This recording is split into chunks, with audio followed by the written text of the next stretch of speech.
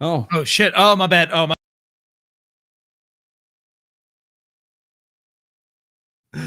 that's fine. We're just playing with the settings. I totally forgot that's how it went. Okay. Uh, we're building out the show. We're still polishing it. If you're just joining us, you're seeing us figure out a few things. A little bit of housekeeping today. It is allergy season. My allergies are coming in waves. It's been kind of disappointing, but instead of you having to look at my red, gushy face, I came prepared with these high-speed Wayfarers. So should I get tearful or snot start running out of my nose, I'm just going to put these on and look cool instead of I was looking gonna sick say I can and always throw gross. these on, you Oh, know? man. I don't know. Have to hide right behind it so that nobody gets all of the redness in my Yeah, face. yeah. You look great, buddy. You look great. Right back at you. Welcome back. Welcome back. We are back on the show after a couple of weeks. Yeah, so just to remind everybody kind of what we're doing here. We are broadcasting live on X and on YouTube. This amazing show is brought to you by the Living Well Institute. The Hopewell Institute. The Hopewell Institute. This is the Living Well Show. This is brought to you It by is sponsored by the Hopewell Institute. the Hopewell Institute. Yes, they That's are who pay all of our fun electronic subscriptions and making sure that we get to bring all of this fun psychological educational content to you, the viewer. and who is the Hopewell Institute, Dr. Perrin? Well, the Hopewell Institute is a media education company who is focused on bringing bringing education of psychology to the people. Let's see. I actually have the promo written down. Let me find it. Oh, I got it. I got it ready to go. Oh no, Well, in case I think I should practice giving it a couple of times since we're joking around here. If you guys will excuse me, I'm gonna give my best. Who was the not the ShamWow guy? OxyClean. Billy Mays. Billy Mays here. No, but wait, there's more. But wait, there's more. This episode is brought to you by the Hopewell Institute. The Hopewell Institute is an educational media company dedicated to advancing mental health, personal development, and lifelong learning. They help fund educational content like this, making it easier for thoughtful conversations and transformative ideas to reach the people who need them. If you believe in the value of lifelong learning and want to support projects like this, visit www.thehopewellinstitute.com. The Hopewell Institute, education that moves people forward. Couldn't have said it better myself. I'm going to get good at that, I promise. That's awesome. I would also like to introduce my lovely co-host, Pablo Madrigal, the hardest working man in the room, without whom we would not have a show. He keeps saying, I'm the one who has the psychology information, and I keep telling him I'd be eating dinner right now if you didn't want to make a show. So everybody, please give Pablo what round of applause you can. If we were on Microsoft Teams, I would react with the applause. I don't know if you've seen that. It's kind of silly, but I like it. Anyway, so what are we doing this time around, Ed? Because we're gonna switch it around a little bit from the formula that we were playing around with the past few episodes. Yeah, so those of you on X have probably seen me talking about it lately. I've been recently asking some questions about the early career clinician in psychotherapy. So typically when people look at the early career clinician, they look at the first 5 years of professional practice post licensure. And it isn't really a big conversation. In the state of Ohio, we have an early career committee where all of the Ohio psychologists to get together, warmly welcome people in, and talk about the issues that occur to the early career clinician. But there's not really a lot of stuff out there. So I've been getting a lot of advice from people who've been in the field much longer than I have. And I've been hearing from people who are pre-licensure, students, grad students, et cetera, who are really interested in this. So I've started putting together a work product. I'm starting to write about how to really optimize it, how to maximize the first 5 years of professional practice. So I'm thinking today we're going to take kind of like a view of 30,000 feet of what is important about the first 5 years of professional practice. And maybe moving forward, if you guys really dig this subject matter, we're going to go a little bit into the weeds and maybe go into step by step as I kind of put together a course or educational material for newly licensed clinicians. So yeah, that's my plan for today. Yeah, I mean that's great. I think that's super helpful. I know that, you know, in my case, after finishing either one of my 2 degrees in hospitality, I have to remind you of your I second would've- degree. I'm impressed that you remember that you have 2 of them. every now and then. Yeah, I think it would have been nice to have a bit of an outline on, hey, listen, this is more or less what you can expect. Now, my industry is entirely different, and hospitality is just, you know, it's fleeting, and, you know, if anybody can wrangle it and distill it into a definition, then I'll know what that is. I would like to know what that is. But all that to say that I think it's at least helpful to know, you know, this is kind of what you can expect. And then also that, you know, after once the licensing, right, or the accreditation finishes, it doesn't end there, right? There's a whole lot more that Yeah, tell that to a grad student though. They're like, that's their light at the end of the tunnel. Just, you know, oh, I just have, you know, one more semester and then I can take my boards, or you know, one more year and then I can go to the next level of my education. They look at the gatekeeping, and at the end of the formal, and I mean this very loosely, like the formal supervision and training and education, it ends with graduation. Here's your certificate. Here, you now have to take your big test and you get a license and you hang that shingle on the wall. You're done, but not really. No, you're actually just starting. That is actually the beginning of your profession. You are just no longer a student. Once you're a license, you know, you're actually accountable for that.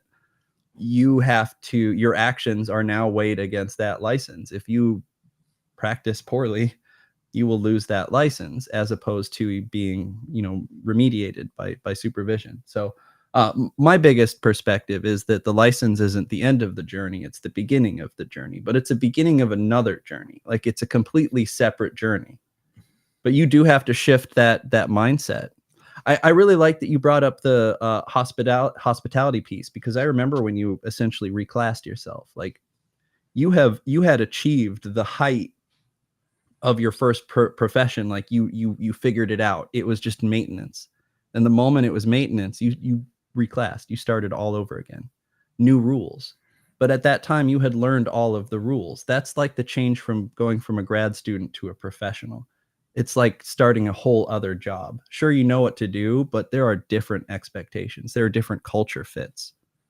I hope that made sense. Mm-hmm. Yeah. Does that apply the same after you finish your you know, your grad school? You know, do you get to reclass, or do you get to specialize, or how does that work? Sometimes,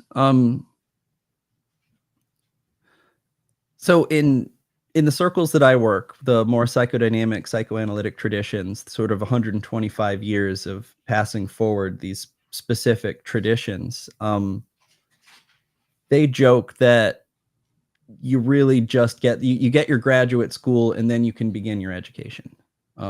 It's kind of this mindset that, like, you are embarking on a whole new approach to psychotherapy, one that is a level deeper. And they really want you to think about it like you're shaking the Etch-a-Sketch, even though you have a license. And I think it's to set that mentality. Like, the best way I can explain it is like the martial arts traditions. If you ask a black belt, how do you train? What do you practice? Do you do like spinning bird bicycle kicks in your free time? No, they say they practice the white belt. they practice the basics. They just do the basics over and over and over again. They have these philosophies like beginner mind or child's mind, which is to always put yourself in the perspective of someone who's never done it again, because you might have something new to learn. I think this is our field's version of kind of explaining that concept. There are a lot of people also where that is their opportunity to specialize. You know, maybe they've gotten a generalist education, but once they're licensed, they can focus on their specific clinical interest, in which case they can kind of get rid of a lot of the information that they don't need anymore. But then to specialize, there is kind of this small window, but when you specialize, you have to know a lot about it. So I don't know. I feel like I'm droning on at this point, but a long story short, it is like reclassing. So, I mean, that kind of just takes me into maybe that reclassing has to do something with perspective. So, for example, in your experience, once you were actually practicing, did that perspective change? And maybe think about that. Yeah, maybe what you expected that was going to happen once you graduated, and then once you were actually practicing, did that kind of meet the expectations, and then you had to maybe change your perspective of it? The closest I can compare it to is when you reach like a benchmark birthday, like you make it to 16 or 21 or 25, you can rent a car. 65, you can apply for senior citizen discounts or whatever. You hit 30. People say, what does it feel like to be 30? We usually give some degree of like, I don't know, it doesn't feel any different. Felt like my 20s. Well, you turned 40. What is it like to be 40? I don't know. I feel the same way. My knee just hurts a little bit more, right? I do feel like there is an element of that. But there is almost a sense of bewilderment. Like you've worked really hard to get licensure. Like it is a rigorous process with a lot of checks and balances to gatekeep and not allow into the profession people who would do it dirty. So when you achieve it, you almost like, oh, will I feel different? Will I have this new perspective? I actually think it's harder. I think that you show up and it's almost a little bit of the same old, same old. You have to remind yourself that you're in a different position, that you have a higher level of accountability or responsibility, and that this is something that has to be sustainable or maintained for years, presumably decades. Yeah, so really the learning never stops. So what happens if somebody stops learning, you know? Is that even possible? I feel like you're kind of, I mean, if you want to stay relevant or up to date, right, you have to continue learning. Well, with a lot of professional licenses, and this isn't just restricted to psychologists or mental health professionals, attorneys, engineers, a lot of anyone who has a licensed professional, they have to do some degree of continuing education.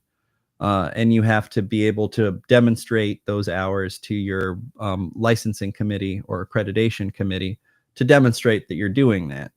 The thing is that a lot of those can be cheesed. You can get a cheap and easy thing that you just go through the motions. Heck, you can sign up for a subject, you know, like the back of your hand, sleep during the lecture and just ace the test because you already know the subject very well.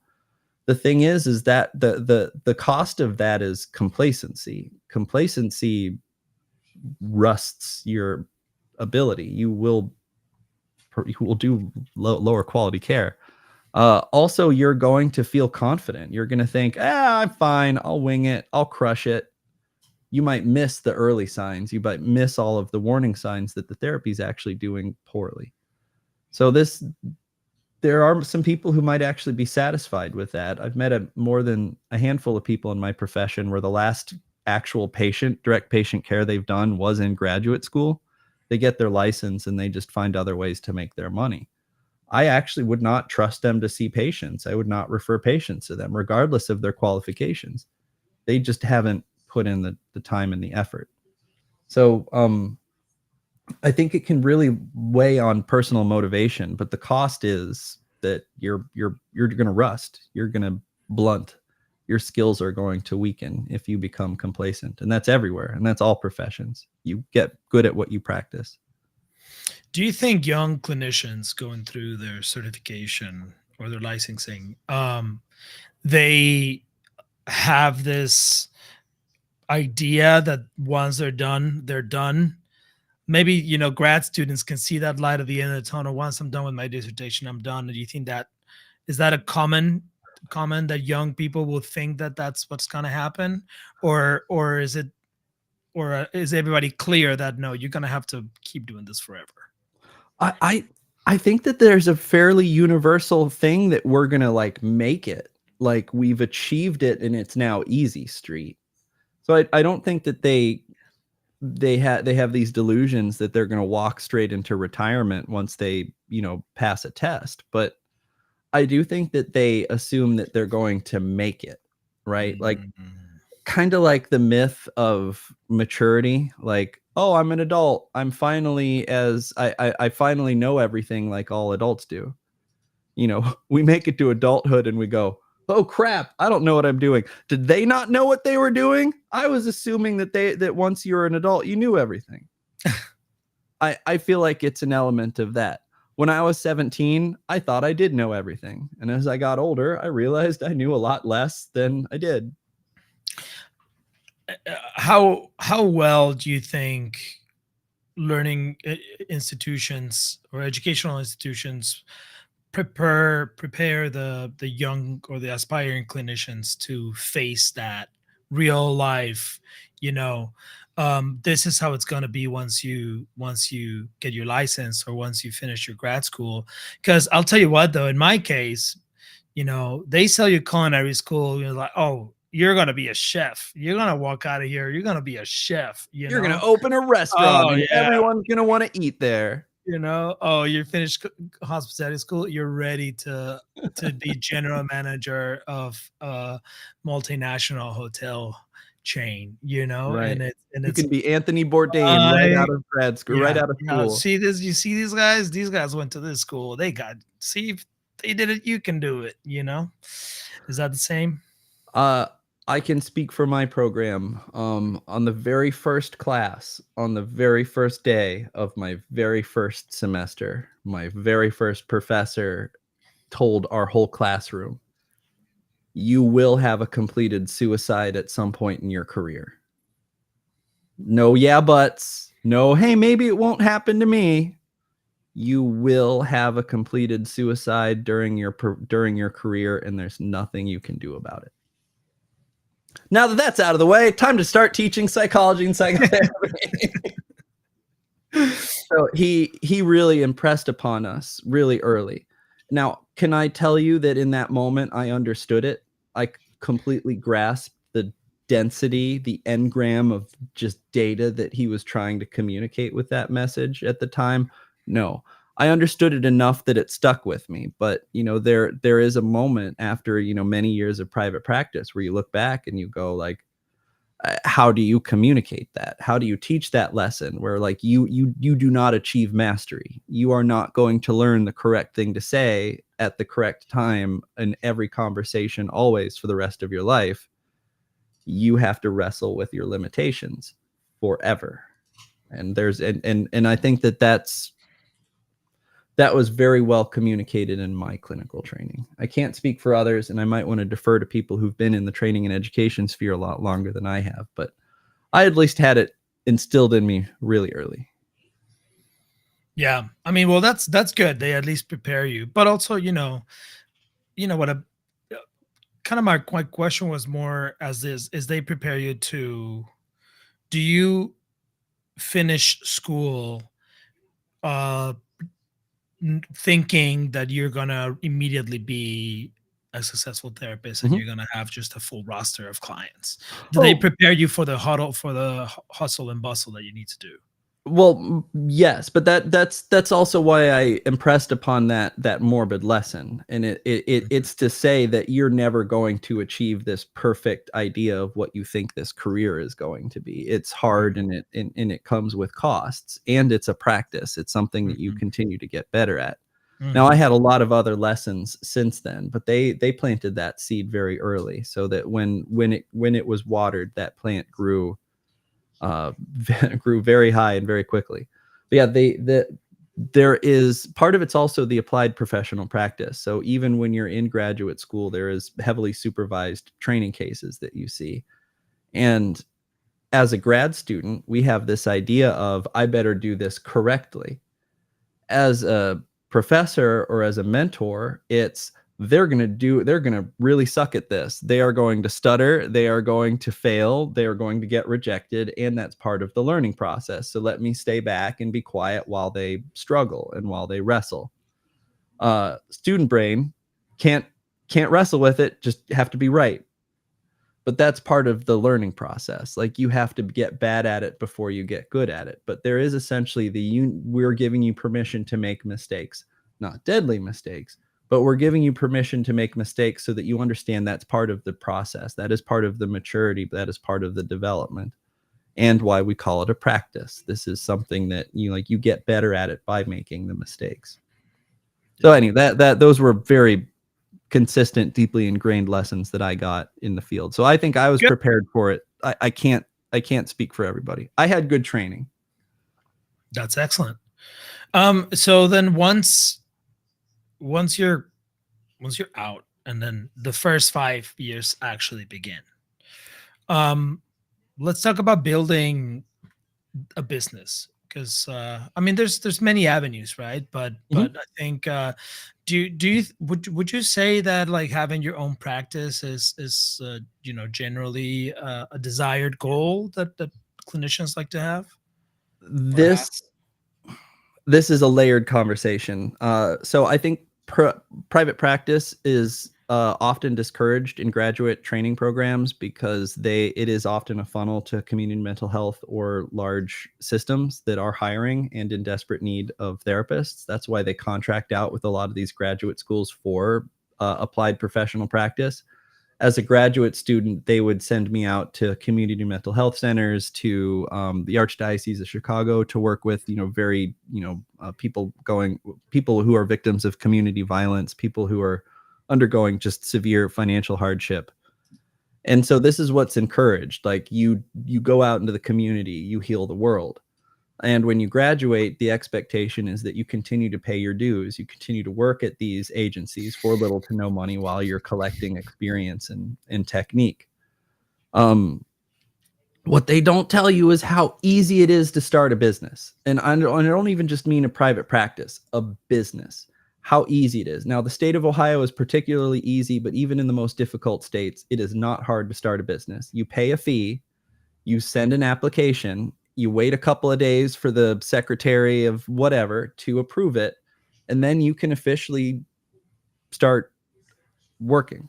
Now, you need an employer identification number, you need a business checking account. Those are extra steps. They take about a day or two to figure out. It's not that hard, but it's very easy to start a business. So even if you graduate and you get licensed and you want to do your 5 years at a hospital or a community mental health center or a group clinic separate from an independent private practice, you should probably sit down and still start a private practice. It's inexpensive. It's a little bit over $100 in the state of Ohio. That's, that's something you do once, and then you don't even have to see patients. If you make no money, you don't have to pay taxes on it. You're just going to declare zero income from your private practice business, but have it in your back pocket. So if you see one private client, you can see one private client. If you see 5 private clients, you can see 5 private clients. If suddenly you're getting so many patient inquiries that your day job, your actual 9-to-5 job, is getting in the way from that, you can quit your 9-to-5 job. And you can do exactly the kind of clinical work that you want to do at the rates that you think are appropriate. And you're going to have a lot of freedom and flexibility to practice the way you want to practice. Now, there's more pressure after that. Like, you have to find your own supervision. You should ideally be in your own therapy during that time, and that costs money. So have your financial ducks in a row. But even if you don't see any patients in a private capacity for those 5 years, it's important, in my opinion, that you at least establish the legal business structure.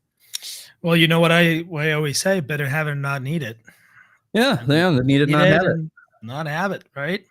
Mm-hmm. I mean, yeah, I guess I never thought of it that way, that you don't have to, that doesn't have to be cut and dry. Like, you're doing it or you're not doing it. You can ease into it. I didn't realize that it was that easy. I don't know if easy is the way, but It simple is or like easy. It is easy. it is so Easy it easy. is. When I started my first business, and I have 2 now, but when I started my first business, I called up my uncle. My uncle has he's a little entrepreneurial. I called him and I was like, "I have to be doing this wrong. It can't be this easy." And my uncle laughs with humility as a Midwesterner, and he says, "I'm dumb as a bag of rocks. If I can do it, I'm not surprised you can do it." And we bonded over this, but the surprise wasn't that it was so easy. The surprise is that we didn't know how easy it was. Nobody tells you. And again, I want to broaden this beyond a professional practice in psychology. If you're a landscaper, if you know plants like the back of your like the back of your hand, and your yard is just the most beautiful yard in the neighborhood, and you want to start doing it around town, start a private business. It's not it's going to cost you $100. The recommendation that I got was last name business.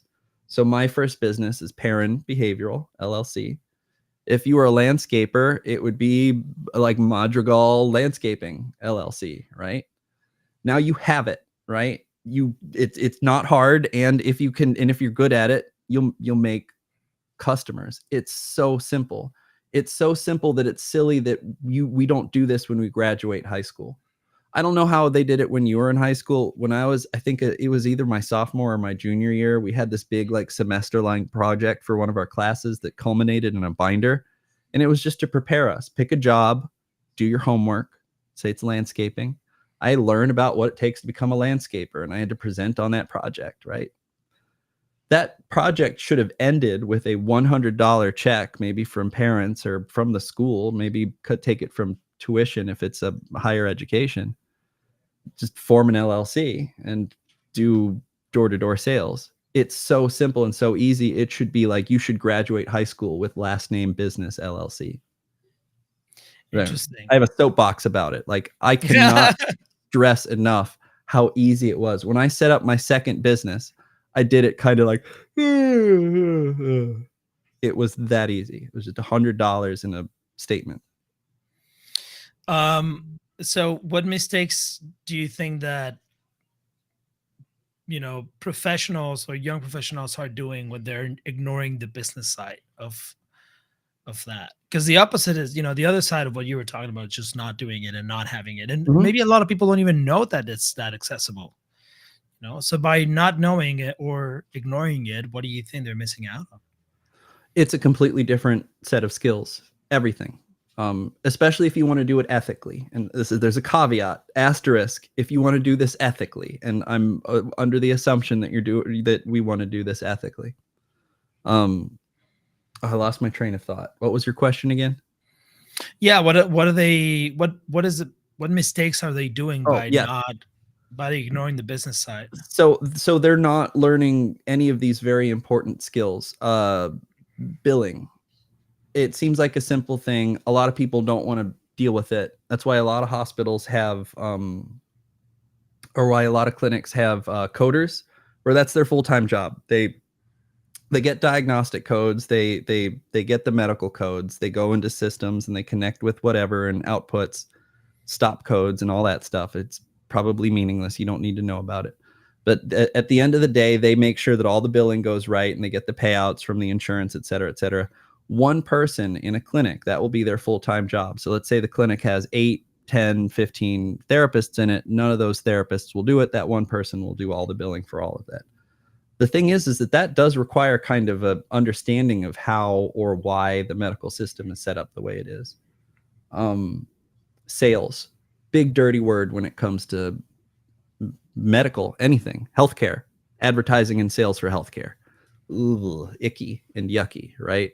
Because you've probably seen some of those slimy, pill commercials. Ask your doctor about whatever effects, side effects may include death or explosive diarrhea.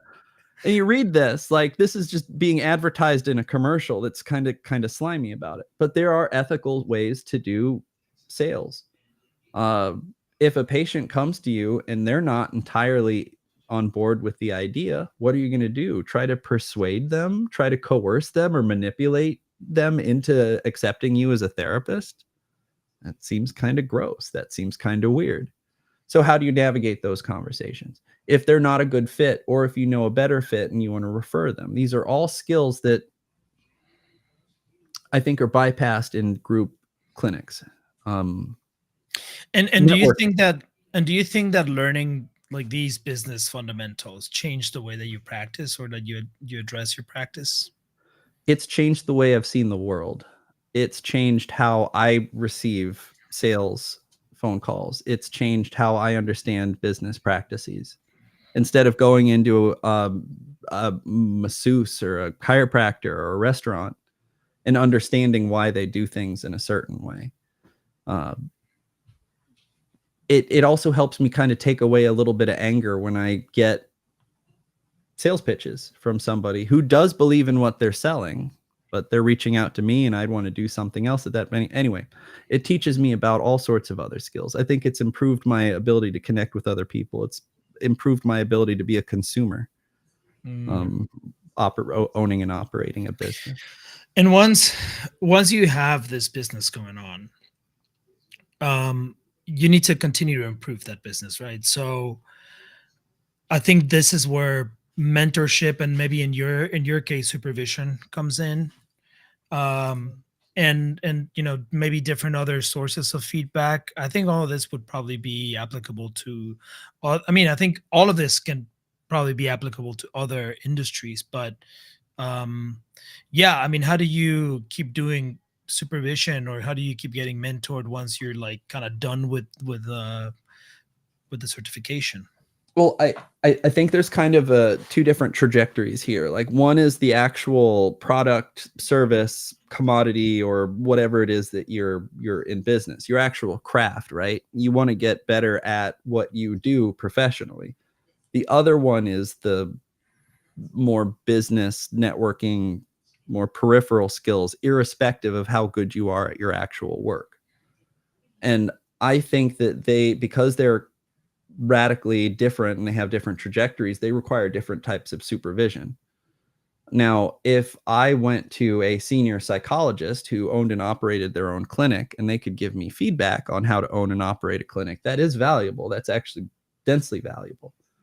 But they aren't always the best people to teach the business skills. You can learn the business skills from a business person. So let's say I learn ethical sales, like somebody who says like, this is how you sell a product without being pushy, or like if you believe in it and you don't want and you want them to take it because they want it, right? This is your approach. They can't teach me about psychotherapy. They can't teach me about technique. They might be able to teach me sales or marketing or how to build a website, but they can't teach me how to sit with someone in pain. So I think it's important that you get mentorship in what you want to develop. It might be adequate to just get super training and supervision from somebody in your field who's just killing it if you can find them. I couldn't. I the my clinical supervisor, the person who I'm working with right now to make me better at actual psychotherapy, he's old. He's in his 70s. When he started his practice, he tripped and fell into his building. Like it was just affordable and available. They're like, "Well, do you want to just buy this and work here for 30 years?" Okay. Because you could do that back then. You could buy real estate for much less than it is now. So when I ask for some of this business advice, he has to genuinely just be like, I can't give it to you. I was lucky, I was fortunate, and I started in a different age. I could tell you how to respond to a patient who's inquiring about a practice, but I can't tell you how to, how many rooms to look for, what kind of clinic you need, how to maybe stage the space, how to get a down payment for commercial real estate, or how to use the SBA for a real estate loan. Like he doesn't know.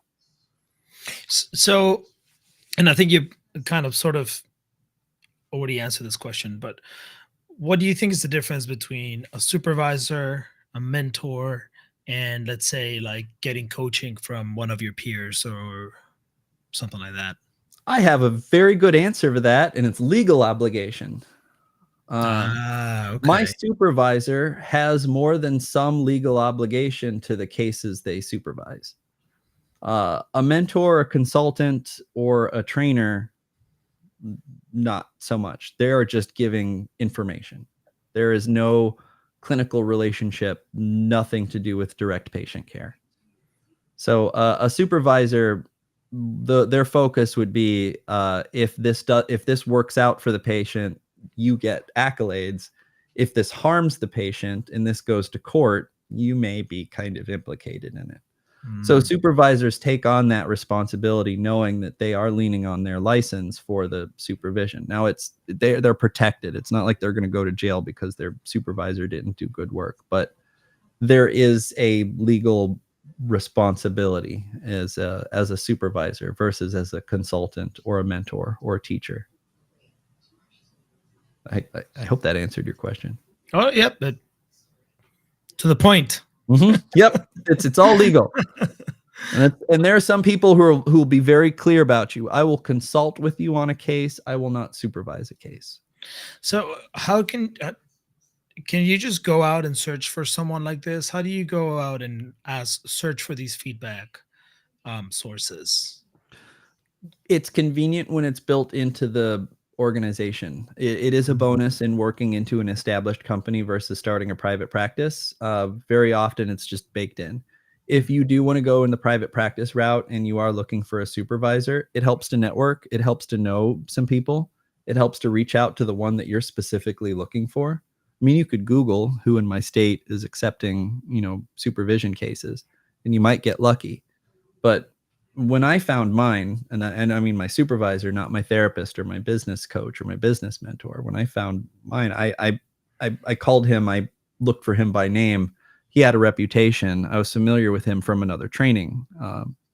If you are a therapist, that's how I would do it. Look back at all of the trainings that you've done in the last, year or so. And if there's one person that you vibe with who has a technique, a style, an attitude, or approach that you want to get better at, ask them if they're taking on private clients. Very often, if they're touring or if they're giving keynote speeches and giving weekend trainings and workshops, they're also accepting individual private supervision cases.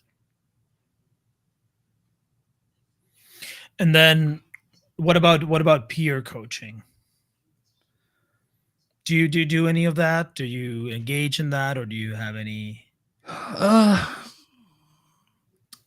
Training groups are very popular. I'm in a couple reading groups. We don't necessarily do a lot of patient presentations and like group consultations, but in our reading group, we may de-identify or broaden a case or conceptualize, a couple cases and with like themes and talk about the theme as if it's one patient, like a composite. But it's not uncommon for people to just be in case presentation groups that work a lot like a book club, where every week, let's say it's a group of 10 therapists, and every week someone does a case presentation where they just conceptualize an entire case. They stand up, they present on it, they get feedback from the group, and then they sort of, go their separate way and then wait 10 weeks until it's their turn again. But then everybody else gets their turn and you give feedback. A lot of therapists hate that. Some of it's performative, and a lot of times it's an excuse for somebody to just talk about their pet theory. Like, well, in my narrow way of practicing, that looks like this issue, right? I'm a DBT or I'm a PTSD expert, and that seems like PTSD to me, and you should give them a PTSD treatment. If you're looking for that sort of thing, get it. But most of those are built into hospital and training locations, and most people try to get out of it at any case. They're not very constructive. There are often it's masturbatory. People do it to just show off cases. They're not actually looking for critical feedback. Yeah. It took me a while to find someone, but I can definitely point out to at least two people in my career that I would consider mentors. Two to three people. I am unfortunate right now to have a colleague and that's much more experienced than I, that has kind of sort of taken me under her wing and shown me the ropes. And I've yeah, it's great stuff. I totally recommend. I think it's also, I might speak for, from experience, but also I can see how people might feel like asking for help. Professionals that ask for help, that ask for coaching, might feel like uh may feel diminished in their knowledge and in their role, because ask because they don't know everything, or because they're asking for help, and might be like an ego related, right? That, oh no, I don't need anyone to teach me anything, kind Uh-huh. of thing. I saw an um actor talk about that. Oh, would you go back to take acting lessons? No. yeah. No, and I was like that when I was younger. Definitely, I was hotshot, young bartender. I was like, dude, I I got this. But no, I think it's definitely very worth it, and very valuable to find someone that you trust. I don't know how easy it is to be to just go, oh yeah, that one. I think it's, you have to kind of sort of first build a relationship with someone that Well, you trust, and then that you can actually trust their advice and trust their guidance. I think the tricky bit is the system in which you work. So if you're working in a hospital and it's sort of built in, like you work in a major company, like there are people who are available. You can just go, you can walk into someone's office who's like a senior executive, and you can be like, hey, can you like give me some tips? Can you like point me in the right direction? And they'd be like, sure, we're a member of the team. Why not? If you're a private practice practitioner, Mm. there's no pressure to do that. If you don't seek supervision, no one's going to ask about it. You actually have to go outside of your circle. You have to hunt a little bit more. Um, but yeah, I do think it helps to have that relationship, because the other person needs to have buy-in. Like and not just because they want to get paid an extra hour a week, but because they want to invest in the mentorship, in the pedagogy. Um, I don't know. I think there's a knot in. I think there's a knot in the I'm too good for that. Like a lot of times I can speak for myself. I had such great mentorship in graduate school that I kind of missed when I no longer had a supervisor, because I benefited from that. At the same time, when I was a graduate student, there was more of a power differential. If they didn't like the way I was practicing, or if I messed up bad enough, they'd kick me out of the program, or they'd kick me out of the training location. There is not that power differential once you're licensed. Once you're licensed, you are at the exact same level as your supervisor. If you don't want them to supervise you anymore, you can just leave. You never have to call them again. And if they don't want to supervise you anymore, they can fire you. It's one Mhm. of it completely changes the dynamic. And I find that people are then more likely to choose from somebody that they want to learn from, and they're going to hide from them a little bit less. So when I had a good mentor, I my ears were wide open. Tell me more, tell me more, tell me more. There were a couple times where I had supervision from somebody who I didn't think was as smart as me, or maybe they were just 1 or 2 years ahead of me in the program, and I didn't think the zone, the gap between us was wide enough to take Mm. it very seriously. And I might be more likely to poo-poo or dismiss them the way a movie star might about going back to acting groups. Um, that being said, because there are so many positive experiences, I find for myself and for a lot of my colleagues, they say, I want to learn more.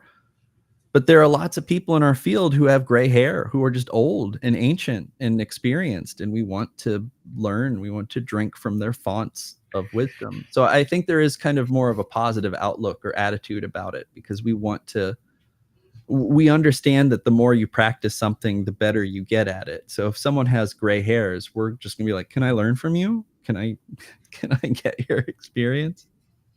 I don't know. I don't think I'm being very clear with my response here, but uh, No, that works. I mean, it's just it's not a clear cut answer. I think when you're talking about a private practice and you don't have as many, readily available resources like a corporation or a larger enterprise would, then it takes a little bit more. But the world is also smaller. I want to counterbalance this. When you're a graduate student and you hear, so I'll use an example. Stephen Hayes, he's a creator of acceptance and commitment therapy. Brilliant guy, great clinician. I read about him in graduate school, and he was like this rock star that I just assumed was really far away. But then when I emailed him, he just responded like I was just a peer. So there is a point where I think that like the world is smaller than you think. If you reach out to somebody, even if you think that they're like leagues ahead of you or in like the celebrity field, they might be like, yeah, sure, man, I'm happy to mentor you. So I think there's pros and cons to the private practice piece. yeah, I'm sure that social media also comes into play, but I think we can leave this as a teaser for this. I think it's a great conversation, looking for feedback and like finding people that share your same experiences, so that maybe you can contribute to each other and enrich each other in that way. But something else that I also want to talk about and ask you is, after, because I think for any professional that has a passion and a love for what they're doing, it's practicing whatever it is that you do goes beyond just the work, right? Just like the starts here, ends here. And I think there's something to be said about just having the experience from going through the motions and doing the work versus actually caring for developing your skills. So for example, in therapy, or in a psychotherapy practice, 10 years from experience would be very different from 10 years of actually active developing that skill set, right? How does that look like? Well, I think you lost me towards the end of that. Can you tell me the comparison again? 10 years of Yeah, what 10 years of like 10 years of what? experience it takes 10 years of experience versus 10 years of real skill development.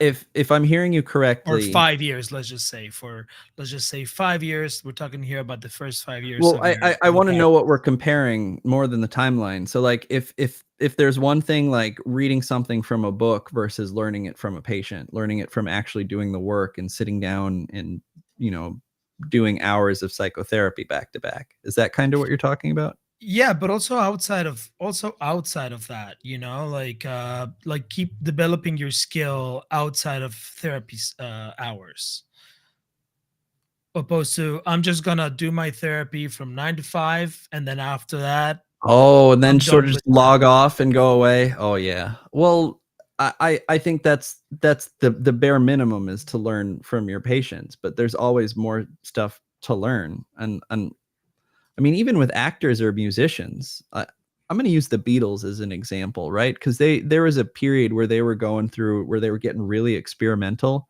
and they were practicing instruments from like India or just like obscure things that the country had never heard of before them, and they just started kind of sampling that or introducing it into their music to play with it. Like they were testing some stuff out. And some of those were some of that's their weirdest work. Some of them is creative and unique and fun. And they incorporate what worked and they got rid of what didn't. But that did require, hey, I'm going to try something new. That has to be grounded in theory. You can't just be in the middle of a session, go, oh, I'm going to try this random thing.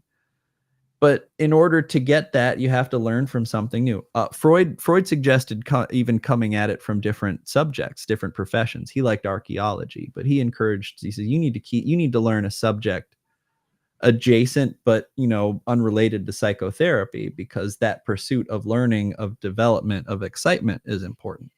But he was able to loop that additional thing into his practice. So archaeology was his metaphor for the unconscious, that you dig into lower levels, and the lower you go into the unconscious, the less aware you are of these motivations or drives. And the more aware you are, the more you bring them conscious, the more control you have over your life.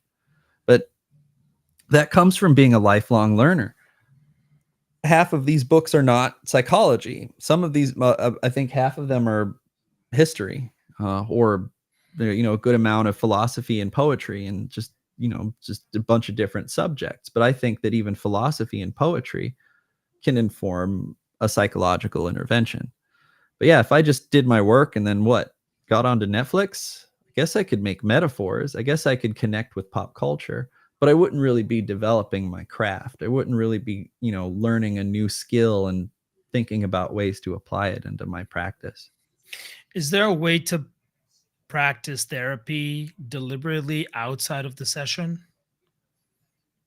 Is there like a continuous development that you can do in that way? I mean, it's not like you're gonna walk around just, Yeah, therapizing strangers. applying therapy to people, but My trainer likes using role play. And I one of my favorite follows on X, Jonathan Shedler. Shout out Jonathan Shedler.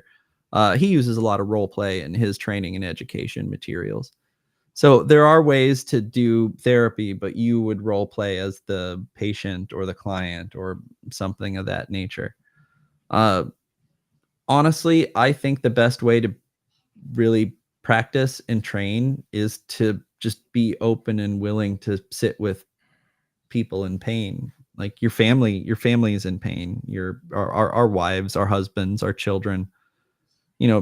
Hopefully not a pervasive chronic thing, but they're going to have bad days, and we're going to have our natural impulses to maybe change how they feel or go in another direction. But to actually sit down and be with someone in pain in your personal life, I do think that carries over. Peripheral skills, just being a person, just being a human being, socializing and in the world, struggle, right? Have your own pain, have your own issues, and then think about what it's like to talk about those. You're going to know what it's like to bare your soul on the other side of the chair or in the other chair. I don't know if I'm making any sense here, but yeah, I mean, just being aware of the world and how can that contribute your understanding of people and human emotions, and maybe like exposing you and allowing yourself to be exposed to different human emotions, and just instead of just going through the motions, instead of just all right, now I'm just gonna completely dissociate into Netflix, for the rest of the it, evening. It's it's like, the importance of getting your own therapy. It like you need. socializing, experiencing things. Yeah. Well, I mean, even just like experience what it's like to be in the other chair. Like, it sucks sometimes, and when you know how it sucks, you can be a little bit more delicate in some situations. I don't think there's any better continuing practice to be a therapist than to get your own therapy, and to help you get your own head out of your ass so that you don't project your own issues on your patients, but or to use that to their advantage, countertransference work. But Yeah, I mean, just here thinking of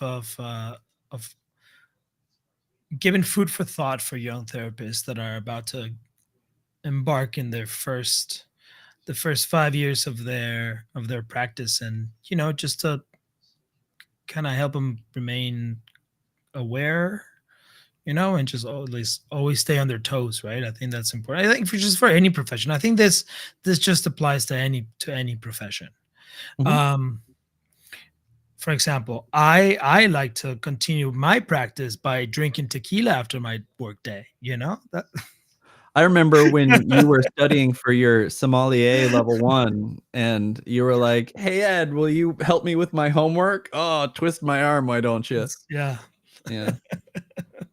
Oh no, my roommate drank my homework, professor. Sorry, I didn't bring it today. Um, how can you? Is there a way that you can track or measure your own improvement from? Ooh. Ooh, outcome measures. Great question. It's tricky. Um, there is a subjectivity to it. I think that your own personal development and evolution will not be what you're tracking. Even if you come up with the perfect thing, you find out this is what I'm tracking, this is the scale, and this is my method of comparing it and identifying the most accurate number on this scale, right? when you actually have that eureka moment and you develop proficiency, it's likely not going to be quantifiable in that way. Much like there's that eureka moment where something unconscious becomes conscious and we go, oh, that works with our professional skills. That when we professionally level up, it's that same thing. We look back and we look at everything that we've ever done and we're like, how come I never knew that? It's so obvious now in retrospect. I will never not do this ever again for the rest of my life. It's not going to be something we can predict. So to try to set out to measure it, I think would be somewhat futile. Ask for feedback. If you have a committee, if you get a supervisor, a trainer, and your own therapist, that is potentially 3 people who could give you some feedback. I have noticed change here. I have seen you get better at this. Or for them to be able to ask a question in a way that you can identify. So if you hire somebody and they say, I specifically want to get better at the first 5 minutes, just the first 5 minutes of psychotherapy. Hello, how you doing, to getting into the work, just that transition. The supervisor can ask you, how are you developing? What are you noticing? How had the practice gone in the last week? And then we might be able to find a way to articulate it, but it's probably not going to be prefabricated. We can't just look on a list and say on a scale of 10, you were at a 2 last week and you're at a 4 this week. Yeah. I mean, it's not like there's a Yelp or something. Is that a Yelp? Is that a therapy Yelp? That might be, right? I wouldn't trust it. Everyone's too biased. It's either going to be they're the greatest therapist ever, you should work with them, they'll change your life, and then you should be suspicious of that.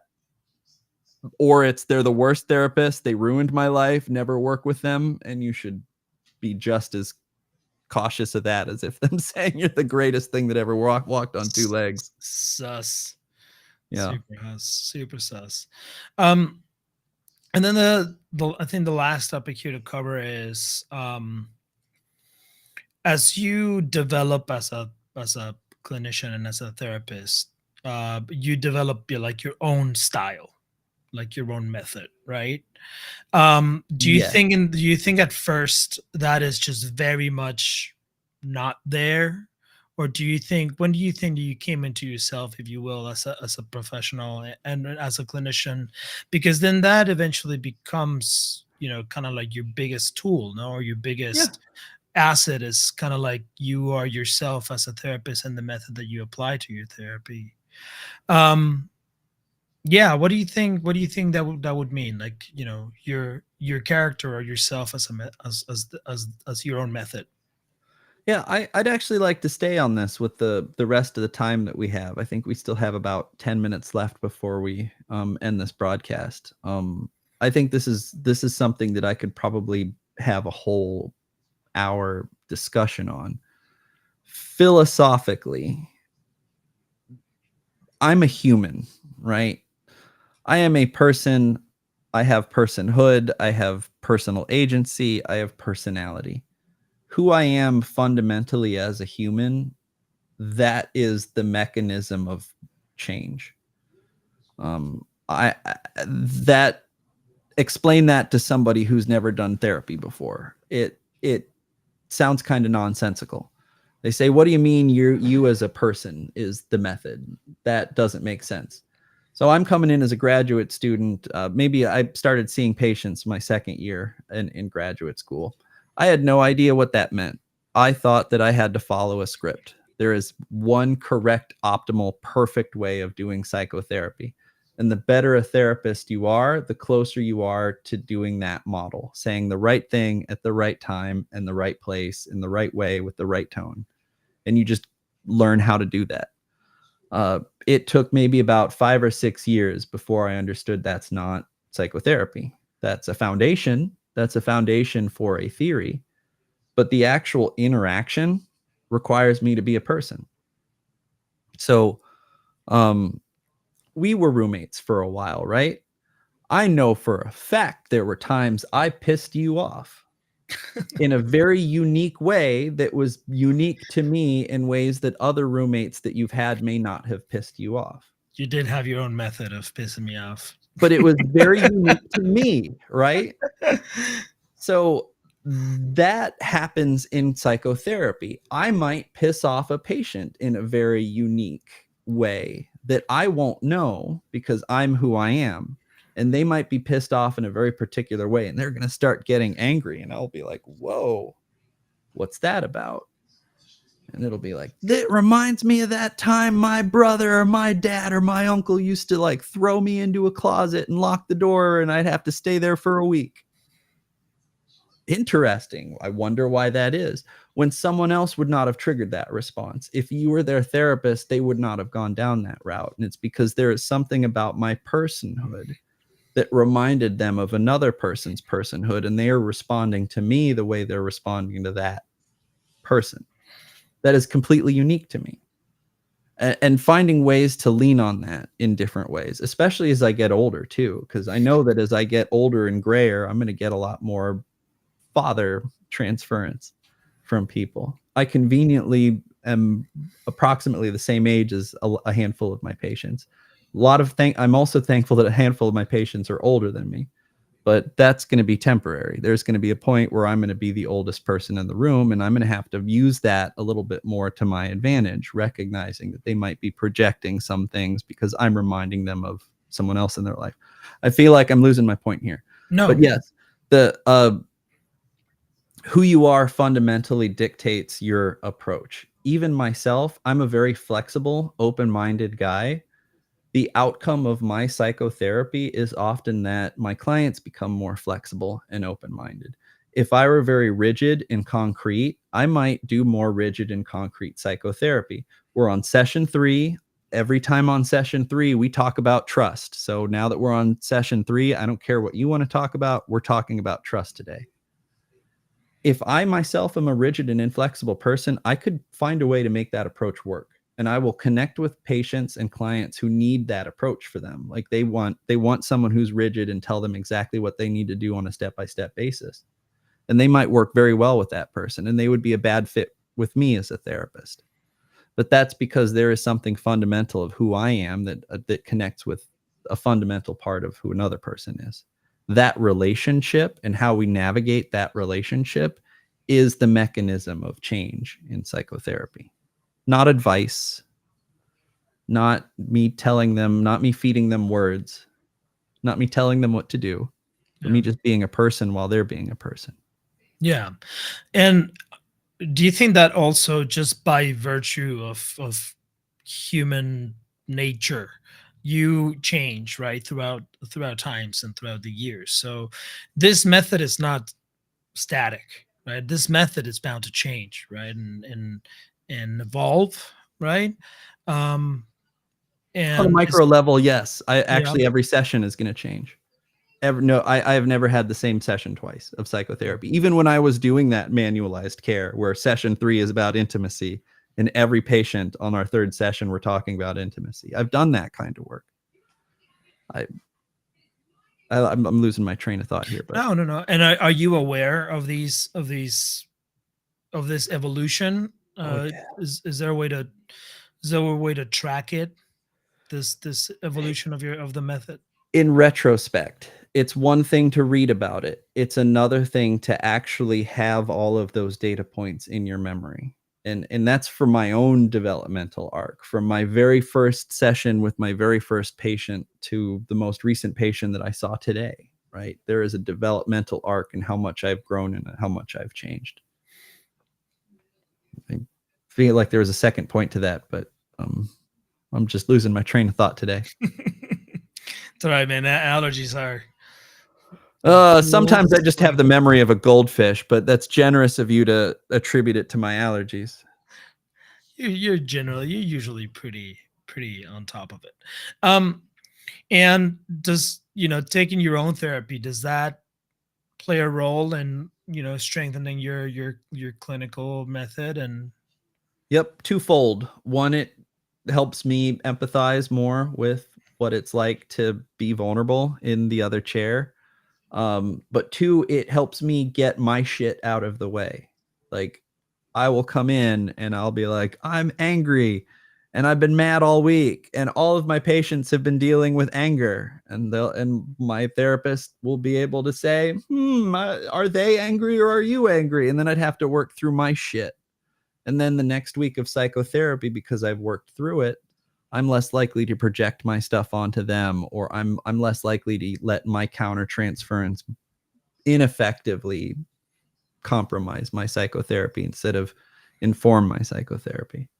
So is this something that young and newly licensed therapists can actively work towards in developing this? Is this something conscious, or is this something that just like unconsciously is going to happen throughout the It's conscious, but there's been a lot of movement in the last few decades to make it optional. There was a point in time where psychotherapy was a mandated part of the psychotherapeutic training. Like, how could you ever consider yourself to be a decent therapist if you yourself have never ever been a patient?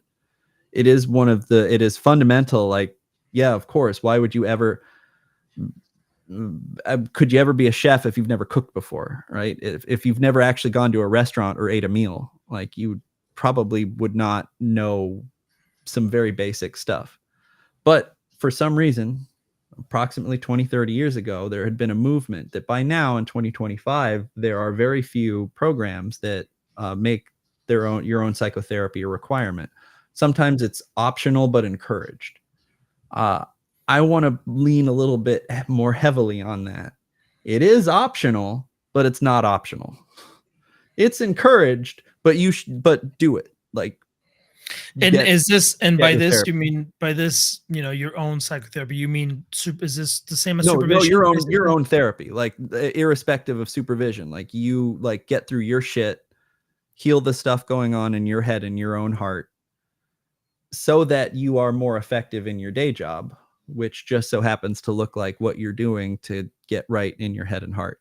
Yeah. But like, you need to have experience in your own therapy. If you are not in therapy, hopefully you've had at least a course of therapy before graduate school. If you have not had a course of therapy and you enter graduate school and you don't do therapy, you're not only doing your clients a disservice, you're really risking not liking this profession. Like, you're going to shoot yourself in the foot. Like, what if you get licensed and you hate it? Yeah. And you do it for 4 or 5 years before you realize, I'm in the wrong effing profession. I hate everything about this job. It's because you've never sat in the chair. Well, like the fabulous RuPaul says every time, if you don't love yourself, how the hell are you going to love somebody else? Can I get an amen up in here? I have not heard that, but I believe it. I would agree with that. Yeah. If you get I think it's necessary to love yourself before you can love somebody else. Yeah, or to provide help, right? You have to change and know that change is possible to understand what change looks like in another person. Yeah. Yeah. Does this look like a good time for us to end? I think so. We covered the topics, the topics at hand, and I think this is a good teaser for what's to come. Oh yeah, I feel like we're just getting warmed up. I think any of these questions could be an entire episode. They may very well be an entire episode. That's right. Well, yeah. Thank you, everybody, for joining. I want to remind everybody that we are streaming on X live and on YouTube. Please subscribe. Encourage everybody to subscribe. Hit that like button. Man, I've heard that so many times. Definitely give us a comment on YouTube. You can turn on the notification little bell thingy-majig, and it'll let you know when we go live. But yeah, we would love to hear from you. Thank you, everybody, for joining us. Take us home, Dr. Perrin. Yeah, well, thank you, Pablo, for being a terrific host, and to the viewers, thank you for coming here to talk about psychology and psychotherapy.